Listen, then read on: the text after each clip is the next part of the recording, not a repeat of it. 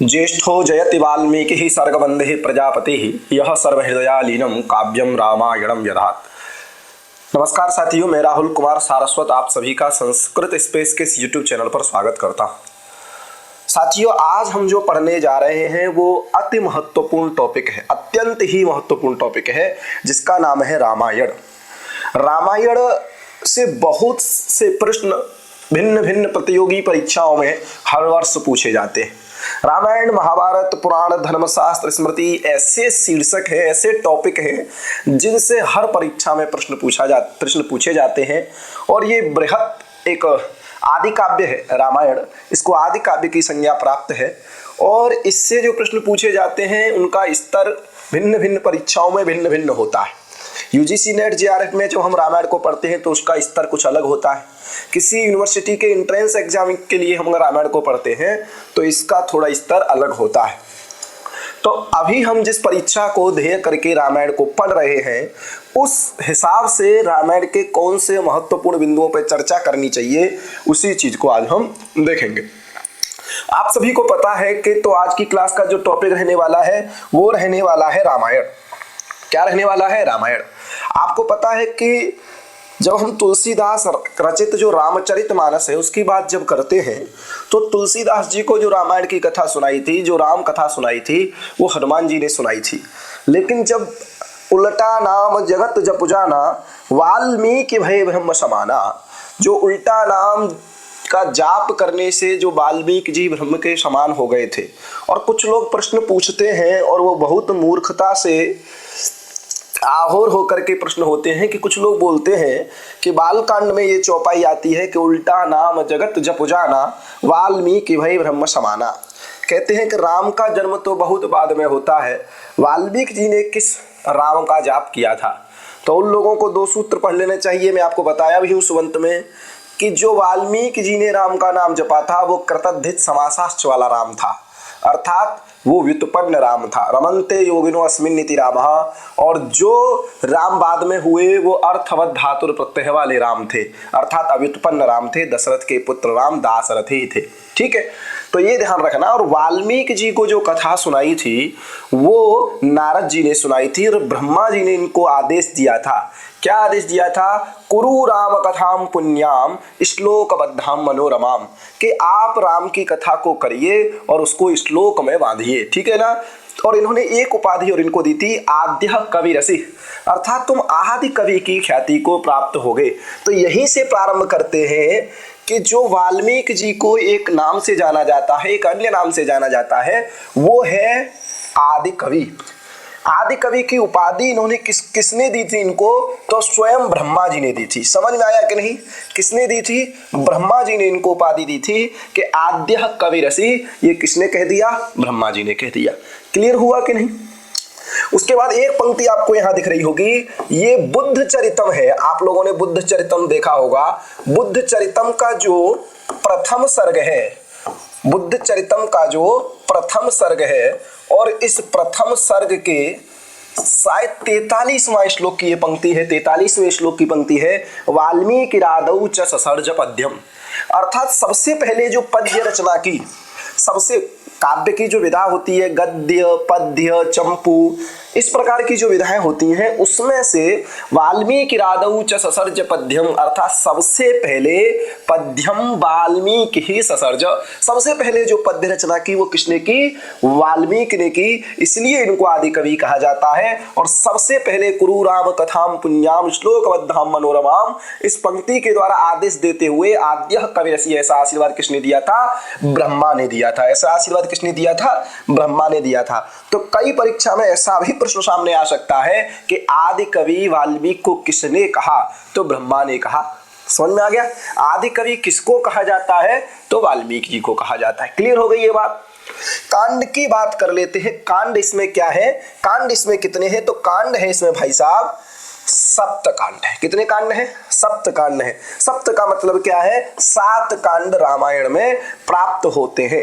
नाम उनके क्या है ये हम लोग जब विषय वस्तु देखेंगे कांडानुसार तब आपको क्रमशः पता चल जाएंगे। ठीक है, सर्ग देखिए, सर्ग कितने हैं? 645। यहां पर कितने सर्ग लिखे हैं? 645 सर्ग लिखे हैं। लेकिन आगे जब आपकी दृष्टि जाएगी तो लिखा है वर्तमान में। जब वर्तमान में 645 है तब प्रश्न दिमाग में आता है कि जब वाल्मीकि जी ने रचना की थी तब इसमें कितने सर्ग थे? 645 से ज्यादा थे या 645 से कम थे? यह प्रश्न जब सामने आता है तो स्वयं वाल्मीकि बालकांड में लिखते हैं। कहां लिखते हैं? बालकांड में लिखते हैं कि जब मैंने इसकी रचना की थी तब श्लोक तो इसमें 24,000 थे। श्लोक कितने थे? 24,000। परंतु सर्ग कितने थे? 500। और कांड कितने थे? 6। ये बात निकल के आती है। ये तीन चीज ध्यान रखना। श्लोक कितने थे? 24,000। सर्ग कितने थे? 500। और कांड कितने थे? 6। चतुर्विंशति सहस्राणि श्लोकान उक्तवान ऋषि। ठीक है। तथाच उत्तरम सत कांडम तथोत्तरम। तथाच उत्तरम 50 षट्कांडम तथोत्तरम। ऐसा वहां पर श्लोक बालकांड में प्राप्त होता है कि वहां पर क्या था? शतम पंच कहने का मतलब है 5 और 100 मतलब 500। और षट्कांडानि तथोत्तरम, 100 कांड थे, उसके बाद उत्तरकांड बाद में प्रक्षिप्त माना जाता है। तो कहने का, और कई जगह आप लोग देखोगे तब जाकर के क्या पता चलता है कि उत्तरकांड भी वाल्मीकि की रचना है। लेकिन पहले उन्होंने 6 कांडों की रचना की थी। बाद में जब लव कुश राम से मिल गए उसके बाद उन्होंने उत्तरकांड इत्यादि की रचना की थी, जिसका आप देखोगे तो अगस्त ऋषि के द्वारा पुलस्त्य इत्यादि वंश का वहां पर वर्णन किया जाता है। उत्तरकांड वहां से आरंभ होता है। क्लियर हो गया कि नहीं? तो अभी इसमें 645 सर्ग है और वर्तमान में 645 है और पहले कितने थे? 500 सर्ग थे। समझ में आ गया? आगे चलते हैं। छंद इसमें कौन सा है? अनुष्टुप छंद है। यत्त तत्र सभी छंदों का वैसे प्रयोग नहीं देखने को मिलता है। अनुष्टुप से अलावा भी इसमें छंद देखने को मिलते हैं, लेकिन सर्वाधिक छंद जो इसमें प्रयुक्त है अनुष्टुप है। और परीक्षा में पूछा जाएगा तब भी आप क्या लगाओगे? अनुष्टुप छंद लगाओगे। रीति वैधर्वी है, और रीति वैधर्वी है तो गुण क्या हो जाएगा इसका? प्रसाद गुण हो जाएगा। क्या गुण हो जाएगा इसका? प्रसाद गुण हो जाएगा। रस इसका है करुण। रस इसका करुण है और इसी करुण रस को आधारित मान करके, रामायण को उपजीव्य मान करके ही जब आप देखते हो उत्तर रामचरितम भगवती की कृति है। समझ में आ गया ना? तो इसमें रस क्या है? करुण। लेकिन जब आप ध्वन्यालोककार आनंदवर्धन को पढ़ते हो, तृतीय उद्योत में उन्होंने कहा है, उन्होंने इसके विषय में ही कहा है, सिद्धि रस प्रख्या ये च रामायणादय, संति सिद्ध रस प्रख्या ये च रामायणादय। अर्थात आनंदवर्धन के अनुसार इसमें कौन सा रस है? रामायण में सिद्ध रस है। कौन सा रस है? ये अलौकिक रस है। ठीक है, सिद्ध रस है। समझ में आ गया? तो जैसे ही एग्जामिनर परीक्षा में अगर पूछता है कि रामायण में कौन सा रस है, तो आप क्या बताओगे? करुण रस है। और आनंदवर्धन के अनुसार रामायण में कौन सा रस है? तो सिद्ध रस है। कौन सा रस है? सिद्ध रस है। बार बार बता रहा हूं, ध्यान रखिएगा। कौन सा रस है? सिद्ध रस है। समझ में आ गया? सिद्ध रस इसमें देखने को मिलता है। कोई दिक्कत वाली बात यहाँ पर नहीं है, ध्यान रखिएगा। चले आगे। तो सिद्ध रस है यहाँ पर। कौन सा रस है? सिद्ध रस। आगे चलते हैं। इतनी बात क्लियर हो गई। और कुछ बातें यहाँ पर छूट गई हैं, उनको भी देख लेते हैं कि रामायण के अन्य नाम क्या है। तो आदि काव्य है, वाल्मीकि राधौ च ससर्ज पद्यम आदि काव्य है। 50 सर्गात्मक काव्य। 50 सर्गात्मक काव्य कहने का तात्पर्य है कि 500 सर्ग वाला काव्य।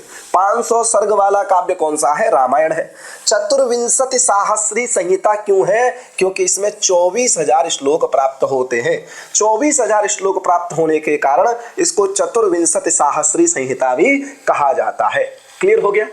आगे चलते हैं कि रामायण के रचना काल की बात करते हैं। तो रामायण के रचना काल के जब विषय में बात करेंगे तो आप इतना जान लीजिएगा कि रामायण का रचना काल पूछे तो 500 ईसा पूर्व लगा दीजिएगा। कितना लगा दीजिएगा? 500 ईसा पूर्व। सर्वसम्मत काल की बात करता हूं मैं। ठीक है, अब ये सब हम लोग फैक्ट पे देखेंगे या सबके अपने, सब लोगों ने अपने अपने तर्क दिए हैं, फैक्ट्स दिए हैं कि क्या काल 500 हो सकता है, नहीं हो सकता। कुछ इससे भी पहले मानते हैं और बहुत पहले की मानते हैं। लेकिन जब परीक्षा में एग्जामिनर जिस आंसर को सही मानता है वो है 500 ईसा पूर्व। और अभी हमें प्रश्न सही करना है। रामायण की रचना के विषय में कहा जाता है कि जब वैदिक साहित्य की समाप्ति हो गई और लौकिक साहित्य, क्योंकि लौकिक साहित्य की रचना के प्रति ये कारण था कि वैदिक साहित्य इतना दुरूह था, इतना कठिन था, जनमानस की भाषा उसमें नहीं थी, वैदिक व्याकरण उसको कठिन बनाती थी, इसलिए लौकिक व्याकरण, लौकिक ग्रंथों की रचना हुई, लौकिक कथा कहानियों के माध्यम से बताना शुरू हुआ। इसलिए वैदिक साहित्य के बाद और बौद्ध धर्म के उदय से पूर्व क्या हुई, रामायण की रचना हुई, ऐसा लोग मानते हैं। काशी प्रसाद जायसवाल कहते हैं 500 ईसा पूर्व रामायण का समय है। जयचंद्र और मैकडॉनल्ड भी कहते हैं कि 500 ईसा पूर्व है। विंटरनिच कहता है 300 ईसा पूर्व है। जर्मन विद्वान स्लेगल कहते हैं 1100 ईसा पूर्व है और याकोबी कहते हैं 800 ईसा पूर्व है। इसमें बहुत से मत हैं, आज तक कोई रामायण का काल ये है निर्धारण नहीं कर पाया, बिल्कुल निर्धारण नहीं कर पाया। इसलिए हम लोग परीक्षा की दृष्टि से क्या मान लेते हैं, 500 ईसा पूर्व मान लेते हैं। क्लियर हो गया, 500 ईसा पूर्व मान लेते हैं। आगे चले। अब रामायण का जो विभाजन हुआ है, रामायण का जो विभाजन हुआ है वो किस प्रकार से हुआ है, तो मैं आपको बता चुका हूं कि रामायण के विभाजन में कितने कांड हैं, 7 कांड हैं।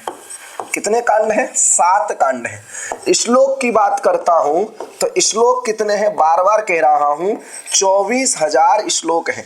सर्ग की बात करता हूं तो सर्ग आप 500 लगाइएगा उस समय, और वर्तमान में क्या है, 645 है वर्तमान में। ठीक है, समझ में आ गया। कांड आपके कितने हो गए, 7 हो गए, ये बात आपको ध्यान रखनी चाहिए।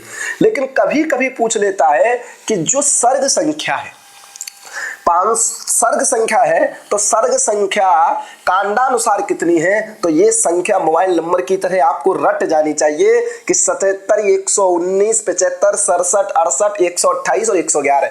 ये आपको क्रम से पता होनी चाहिए कि बाल कांड में कितने सर्ग हैं, तो 77, अयोध्या कांड में 119, तीसरे में 75, चौथे में 67, 5 में 68, छठवें में 128 और 7 में 53। तो ये आपको पता होना चाहिए कि बाल कांड में कितने हैं, 77 सर्ग हैं। अयोध्या कांड में कितने हैं, 119 है। उसके बाद अरण्य कांड में 75 है, किष्किंधा कांड में 67 है, सुंदर कांड में 68 है, लंका कांड में 128 है और उत्तर कांड में 111 है। युद्ध कांड को ही लंका कांड कहा जाता है, युद्ध कांड को ही लंका कांड कहा जाता है। क्लियर हो गया कि नहीं, तो ये बात आपको यहाँ क्लियर होनी चाहिए। ये सब यहाँ से पूछ लेता है, समझ में आ गया। अब जब संधियों की बात करते हैं तो 5 संधियां बताई गई हैं 10 रूपक के अनुसार, नाट्य के अनुसार। तो इसमें ध्यान रखना है कि पहली संधि यहां हो जाएगी मुख, दूसरी हो जाती है अरण्य कांड में प्रतिमुख,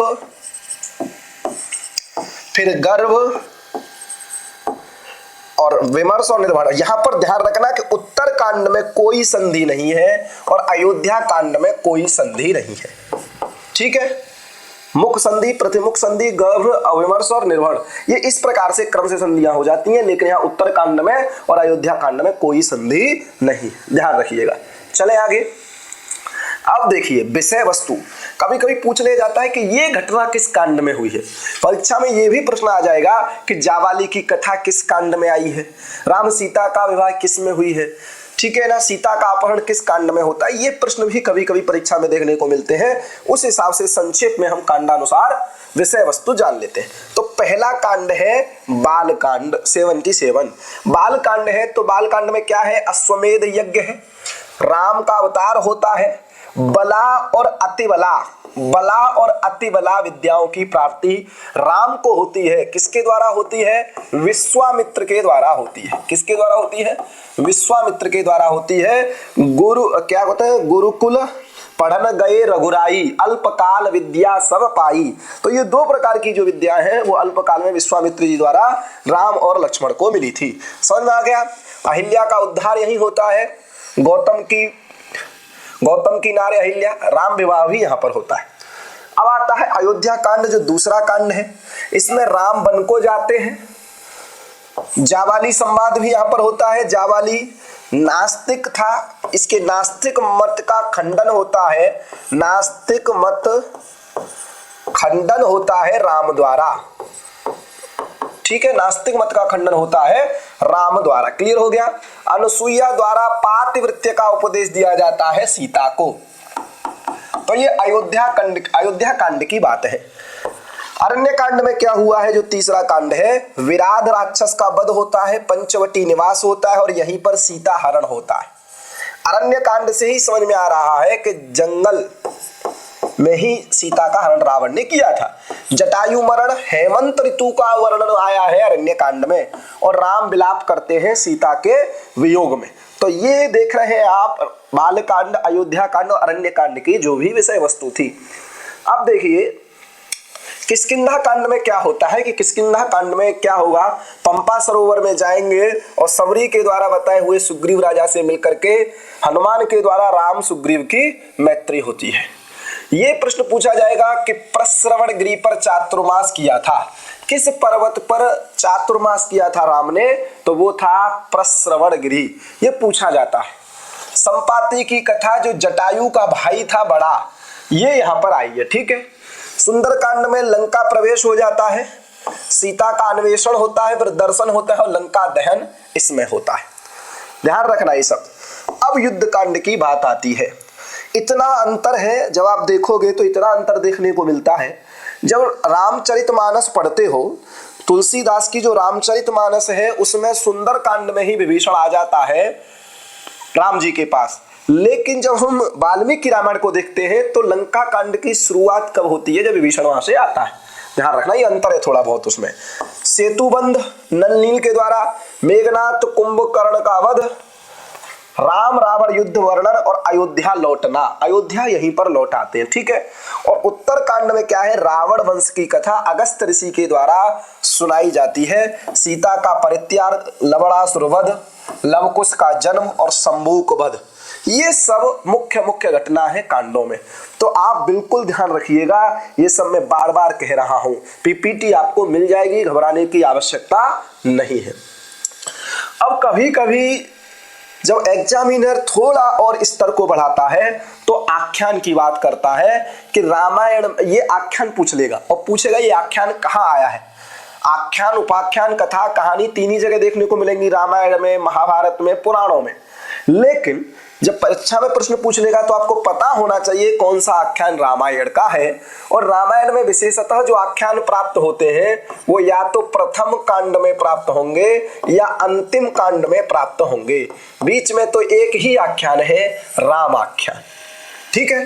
तो प्रथम आख्यान प्रथम कांड में और अंतिम में उत्तर कांड में ही आख्यान देखने को मिलते हैं। अब देखिए ये आपके आख्यान है।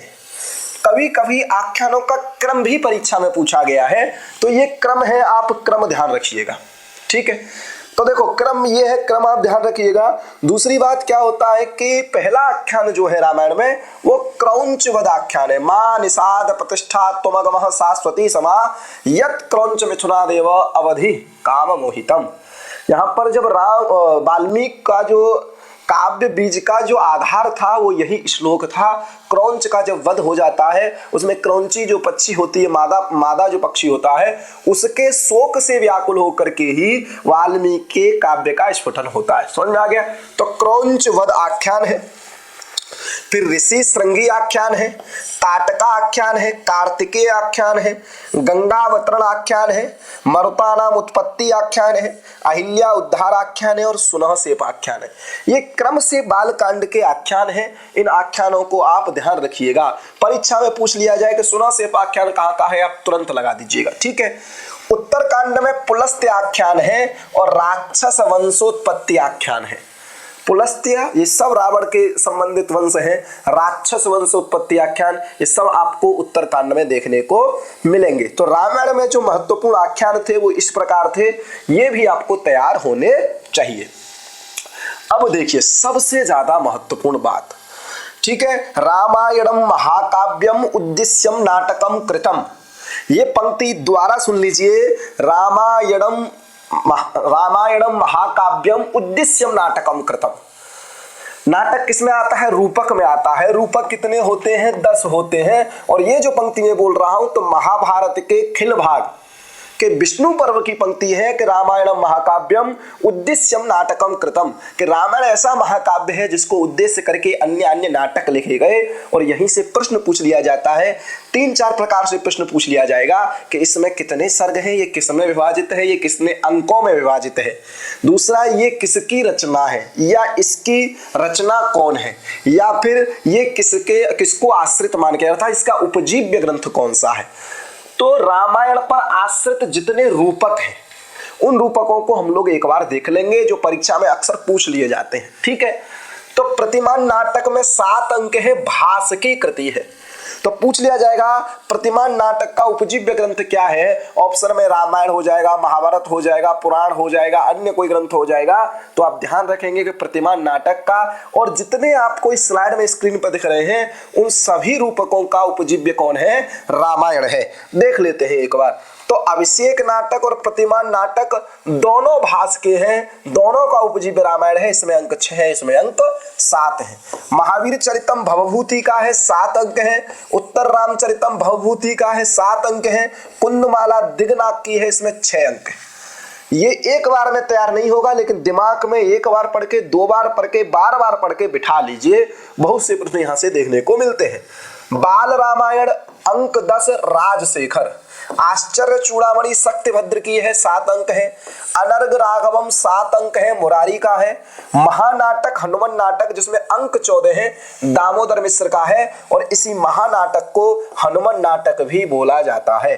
प्रसन्न राघवम किसका है, जयदेव का है। और ध्यान रखना, अनर्घ राघवम होगा वो मुरारी का है, प्रसन्न राघवम किसका है, जयदेव का है। दोनों में 7-7 अंक हैं। ये आपको दिख रहा होगा स्क्रीन पे, स्क्रीनशॉट लेने की आवश्यकता नहीं है, ये आपको पीपीटी पीडीएफ मिल जाएगी। ठीक है, चलिए अब रामायण पर आश्रित कुछ महाकाव्य हैं। ये सब विधा है काव्य की। नाटक रूपक आपने देख लिए, महाकाव्य देख लीजिए। रघुवंश बृहत्त्रयी में आती है, 19 सर्ग हैं, कालिदास है। रावण वध जिसको भट्टी काव्य भी कहा जाता है, भट्टी ने लिखा है, इसमें 22 सर्ग है। रामचरितम, देखो ध्यान रखना, रामचरितम, रामचरित्रम, रामचरित्रम, रघुनाथ चरितम, इनमें कंफ्यूज नहीं होना है। रामचरितम 36 सर्ग है, अभिनंद के द्वारा लिखी गई है। ये जो रामचरित्रम है ये रघुनाथ द्वारा लिखी गई है, और यह रामचरित्रम अभिनंद द्वारा लिखी गई है। तो रामचरितम 36 सर्ग, रामचरित्रम 40 सर्ग, दोनों अभिनंद के द्वारा लिखी है। जानकी हरणम बहुत फेमस है, कुमारदास का है। ठीक है, रामाभ्युदय वेंकटेश का है। रामायण मंजरी क्षेमेंद्र का है। सेतुवंद प्रवर सेन का है, 15 सर्ग है। ठीक है, ज्येष्ठो जयति वाल्मीकि ही सर्गबंधे प्रजापति, ये रामायण की ही उक्ति है, रामायण मंजरी की ही उक्ति है। ठीक है, ध्यान रखना, ये आप लोगों ने देख लिए। रघुवंश, रावणवध, रामचरित, जानकी हरणम, रामचरित्रम, रामचरित्रम, रामाभ्युदयम, रघुनाथ चरितम, रामायण मंजरी, सेतुवंद प्रवर सेन का, ये सब रामायण आधारित है। क्लियर हो गया, आगे चलते हैं। रामायण पर आश्रित कुछ चंपू होते हैं। गद्य पद्यमयम चंपूरित्यभिधीयते, जिसमें गद्य और पद्य का मिश्रण होता है। गद्य और पद्य का जहां मिश्रण होता है, ये दोनों क्या कहलाता है, चंपू कहलाता है। समझ में आ गया, जहां गद्य पद्य, तो ऐसे भी ग्रंथ लिखे गए हैं रामायण को आधार बनाकर। जैसे रामायण चंपू क्लियर है, चंपू रामायण, चंपू राघवम, राम चंपू, उत्तर चंपू, इन सब में क्लियर। देखो रामायण दिख रहा है, राघव दिख रहा है, रामायण दिख रहा है, यहाँ राम दिख रहा है, यहाँ उत्तर दिख रहा है। इससे ही पता चल रहा है कि ये रामायण को उपजीव्य मान करके लिखे गए हैं। इनका जो उपजीव्य है वो रामायण है। लेकिन इनके आचार्य देख लीजिए, पूछा जाता है। रामायण चंपू भोजराज का है, चंपू रामायण सीताराम शास्त्री का है, चंपू राघवम अनंताचार्य का है, राम चंपू रामस्वामी का, उत्तर चंपू बहुत ही महत्वपूर्ण है, वेंकटाधुरी का है, ये पूछा जाता है। तो ये रामायण पर आधारित कुछ चंपू ग्रंथ थे, इनको आप रट जाइएगा, कसम है आपको रट जाइएगा। ठीक है, चलिए आगे। अब कुछ आधुनिक कृतियां हैं, जो आधुनिक हैं वो ही पूछ लिए जाते हैं, रामायण को आश्रित मान के लिखे गए हैं। जैसे जानकी जीवनम, प्रशांत राघवम, ये दोनों अभिराज राजेंद्र मिश्र की कृतियां हैं। प्रशांत राघवम रूपक है, नाटक है, रूपक की विधा है नाटक, और जानकी जीवनम क्या है, महाकाव्य है। ठीक है, महाकाव्य है। इसमें 21 सर्ग हैं और ये प्रशांतरागम है। दोनों ही कृतियां किसकी हैं? अभिराज राजेंद्र मिश्र की हैं। किसकी हैं? अभिराज राजेंद्र मिश्र की हैं। भार्गव राघवियम रामभद्राचार्य की है, जो प्रज्ञा चक्षु है, सर्ग 21 है। राघवाभ्युदयम भी श्री रामभद्राचार्य का नाटक है, रूपक है। सीता चरितम रेवा प्रसाद द्विवेदी जी की है। और श्री राम कीर्ति महाकाव्यम, जिसको आधार मान करके थाईलैंड की रामायण प्रचलित है, श्री राम कीर्ति महाकाव्यम, ये सत्यव्रत शास्त्री की है। ठीक है, ए लिंग्विस्टिक स्टडी ऑफ रामायण, ये भी सत्यव्रत शास्त्री की है। और श्री राम कीर्ति महाकाव्यम, ये भी सत्यव्रत शास्त्री का है। ये पूछा जाता है, अक्सर परीक्षा में पूछा जाता है, ध्यान दीजिएगा। कुछ द्विसंधान काव्य, द्विसंधान काव्य कहने का मतलब है कि वो एक ओर पढ़ोगे तो यादव मतलब कृष्ण की कथा लगेगी और एक बार पढ़ोगे तो राघव की कथा लगेगी। ऐसे ही राघव यादवियम, तो कंफ्यूज नहीं होना है। यादव राघव, राघव यादव, तो कंफ्यूज नहीं होना। ये वेंकटाध्वरी का है, ये सोमेश्वर का है, ध्यान रखिएगा। भार्गव राघवियम रामभद्राचार्य का है। राघव पांडवियम माधव भट्ट का, ये पूछा जाता है, इंपोर्टेंट है। ठीक है, ध्यान रखिएगा। राघव यादव, ये हो गया त्रिसंधान काव्य। राघव यादव पांडवियम चिदंबर का है, ध्यान रखने ना। राघव यादव पांडवियम किसका है? चिदंबर का है। ये त्रिसंधान काव्य है। कैसा काव्य है ये? त्रिसंधान काव्य है, त्रिसंधान है। इसमें 3 कथा देखने को मिलती है, राम की, कृष्ण की और पांडव की। ठीक है, ये ध्यान रखिएगा। चलते हैं आगे। अब देखिए, रामायण की टीका हम लोगों को देखनी है। रामायण की जो जो टीका ग्रंथ है, जो जो टीका है वो देखनी है। कुछ महत्वपूर्ण टीका है वो देख लेते हैं। भूषण जो टीका है वो गोविंद राज की है, पूछी जाती है। धर्माकूतम त्र्यंबक मखी, क्या नाम है? त्र्यंबक मखी, त्र्यंबक मखी, टीकाओं की बात कर रहा हूं, त्र्यंबक मखी। रामायण सार संग्रह वरदराज की है। वाल्मीकि हृदयम पूछी जाती है, अहोबल की है। रामायण तत्व दीपिका महेश्वर, रामायण दीपिका विद्यानाथ, सर्वार्थ सार वेंकटेश्वर, रामायण तिलक नागोजी, ये भी पूछी जाती है। रामायण तिलक नागोजी की है और सिर्फ तिलक पूछ ले, सिर्फ तिलक नाम अगर दे दे तो आप लगाएंगे राम वर्मा। क्या लगाएंगे? राम वर्मा। समझ में आ गया कि नहीं? तो ये कुछ महत्वपूर्ण टीकाएं हैं।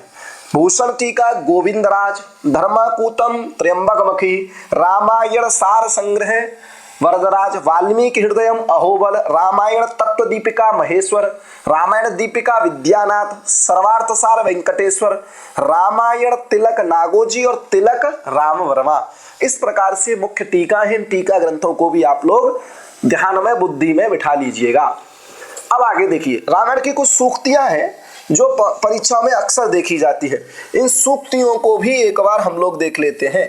सूक्तियां हैं जो परीक्षा में पूछी जाती हैं और इन सूक्तियों को, सुभाषितों को एक बार हम देख लेते हैं। देखिए, यावत स्थास्यन्त, ये बालकांड की पंक्ति है कि यावत स्थास्यन्ति गिरयः सरितश्च महीतले तावत रामायण कथा लोकेषु प्रचरिष्यति। ये रामायण के लिए एक आशीर्वाद है।